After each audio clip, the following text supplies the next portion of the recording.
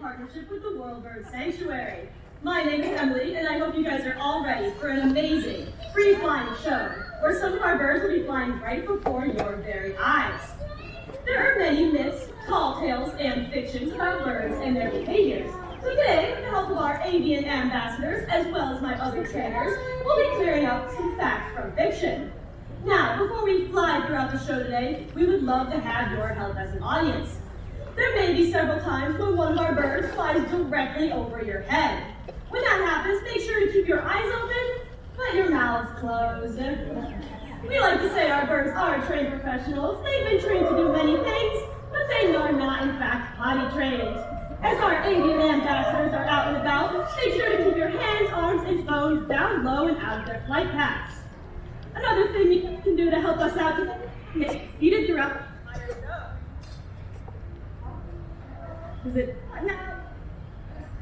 If we do have an emergency and we have to exit, we just ask that you wait until the bird on stage has already left before you get up to do so, and that you leave in the same direction you came in from today.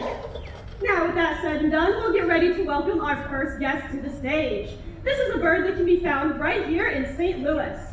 If you've ever noticed a hawk perched high up on a pole, chances are you've seen the most common raptor in North America, the red-tailed hawk. Meet Livia, our red-tail. Sometimes known as the hawk of the highway, these birds have adapted very well to living around people. With the expansion of cities, housing developments, and clearing trees for farming, a lot of really good edge habitat for red-tailed hawks to thrive. Hawks like Livia are opportunistic feeders, meaning they aren't very picky about what they'll eat.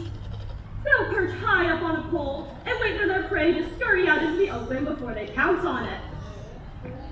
Now, these birds enjoy a wide variety of prey options, including small mammals like rodents, moles, rabbits, and squirrels, but they will even eat some other things like snakes, lizards, and sometimes even small birds. Since they do have such a wide variety of prey options and are so commonly found throughout North America, many people often fear that red tails are going to go after their pets. However, in reality, a hawk like Livia is only able to lift about 1/3 of her body weight. Now, she might look heavy, but birds are very deceiving in this way. They have lightweight bones and fluffy feathers over top. In fact, Livia actually weighs less than 3 pounds. Most hawks won't risk injury by going after our pets and prefer smaller and more natural prey items. Well, that was some amazing flights, Livia. We can give her a round of applause as she made her way backstage. Now, before she flew in, I mentioned we'd be clearing up some facts from fiction. Throughout the show today, I'll make various statements and gestures like this to you, my wonderful audience. And when that happens, I want you to tell me if what I just said was fact or fiction. You can also say true or false or yes or no, whatever sounds best. Let's practice. Red-tailed hawks can be found right here in St. Louis. That's right, good job. Let's try another one. Red-tailed hawks would prefer to catch a chihuahua than their natural prey, a squirrel. No. That's right, you guys are paying close attention today. We learned that they prefer their natural prey and see our pets as predators. Okay, one more, and this one might be a little bit difficult. Domestic cats are responsible for the extinction of 76 species and subspecies of wild birds. Unfortunately, if you guessed fact, that one is true. Scientists estimate that domestic cats count on over 1 billion wild birds, as well as 20 billion small mammals like mice and rats. Now, controlling populations of rodents is very crucial because a pair of them can multiply very quickly. But I'll let you guys in on a little secret. Our next guest is one of the very best solutions to rodent control. As the most common raptors on Earth, these striking owls can be found all over the world, on every single continent except for Antarctica. Making her way on stage is Minerva, our American barn owl.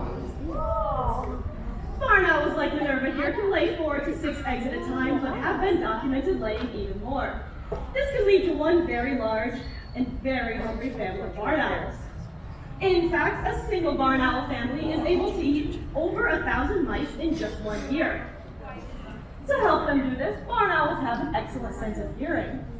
If you get a good look at Minerva's face, you'll see that she has a complete sound-capturing facial disc that's made of stiff, bristly light feathers. These help to capture sound waves and channel them directly into her ears. A barn owl's hearing is so great that they're able to hear the pitter-patter of tiny mice feet as they fly above looking for food. Minerva here is is even able to locate and capture a mouse in complete and total darkness, relying only on that amazing sense of hearing. Now, barn owls also have some adaptations to help them catch their prey at night. They have their outermost wing feather has a fringe to it that allows them to be able to fly silently. It has teeth on a cone that allows the wing to be able to pass through and be muffled, allowing the barn owl to fly silently. We'll listen closely on these last few flights and see if we're able to hear anything at all as she flies overhead. I say that was some spectacular silent flying Minerva. Unfortunately, barn owls are a threatened species throughout many states in the Midwest. This is mainly due to the loss of habitat as well as the use of rodent poisons, as it only takes one poisonous mouse to kill a barn owl. We can help out barn owls like Minerva by placing nest boxes in barns, as well as by switching to rodent traps instead of using rodent poisons.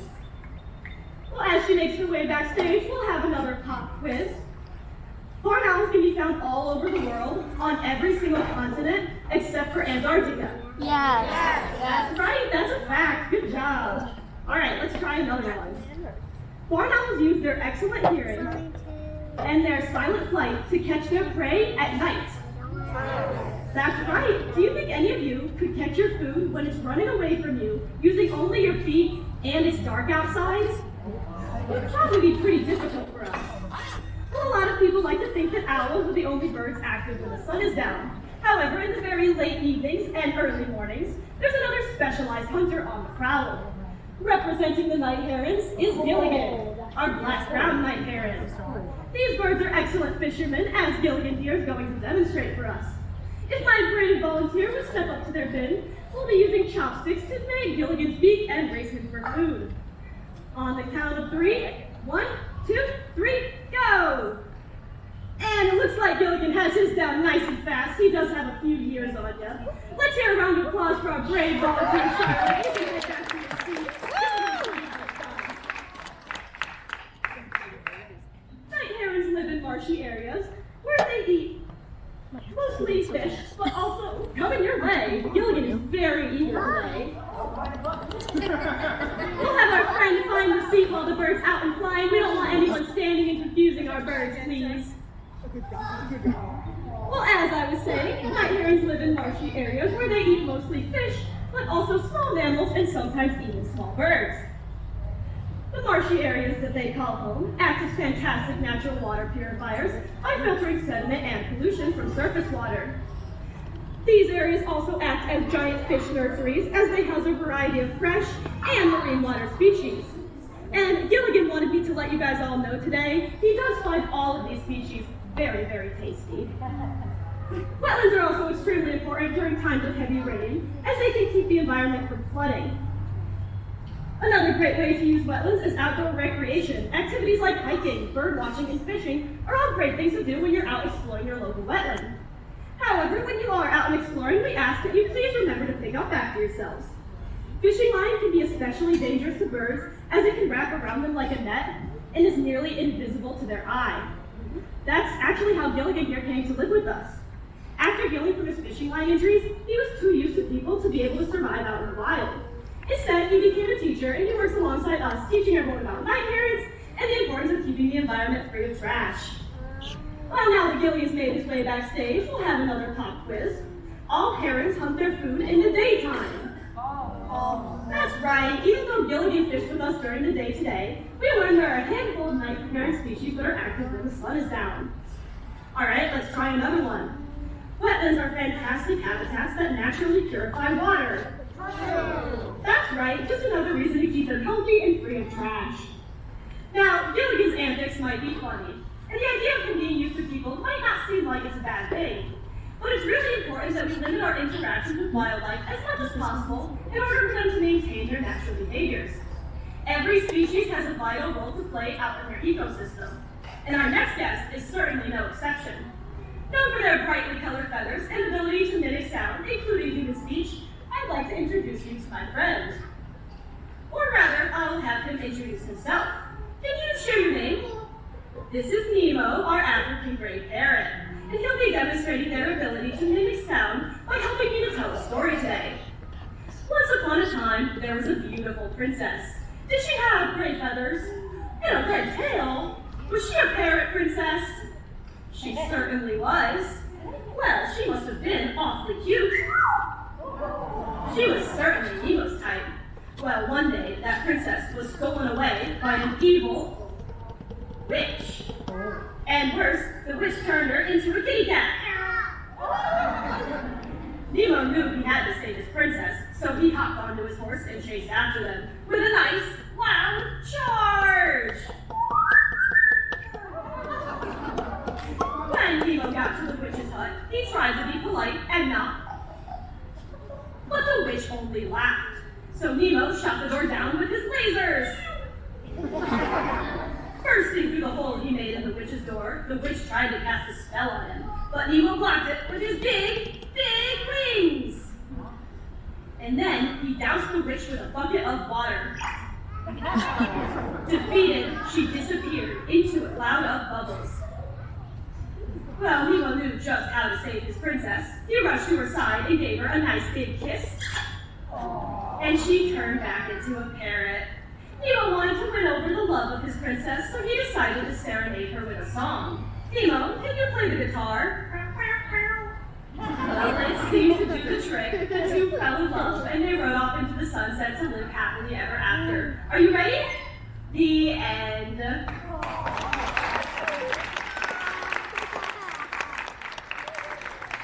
Besides just telling stories, Nemo thinks he's pretty unique in other ways, too. Nemo, what makes you so special? I can talk. That's right, you can talk and I can't fly, but it's not very nice to rub that in. Well, Nemo here has done an excellent job. Why don't you give your adoring fans a big wave goodbye? We'll hear one last round of applause for Nemo, our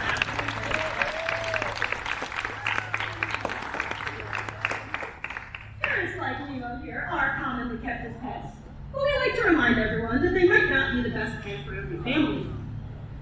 For starters, parrots are extremely loud, they're really messy, they live a very long time, and they're smart.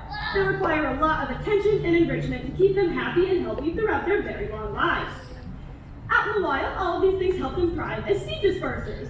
The messier they are, the better it is for their environment. But on a quick show of hands, how many of you would want to live with a loud, screaming, messy, destructive toddler for over 50 years? See, they're very dedicated pet parents out in the audience.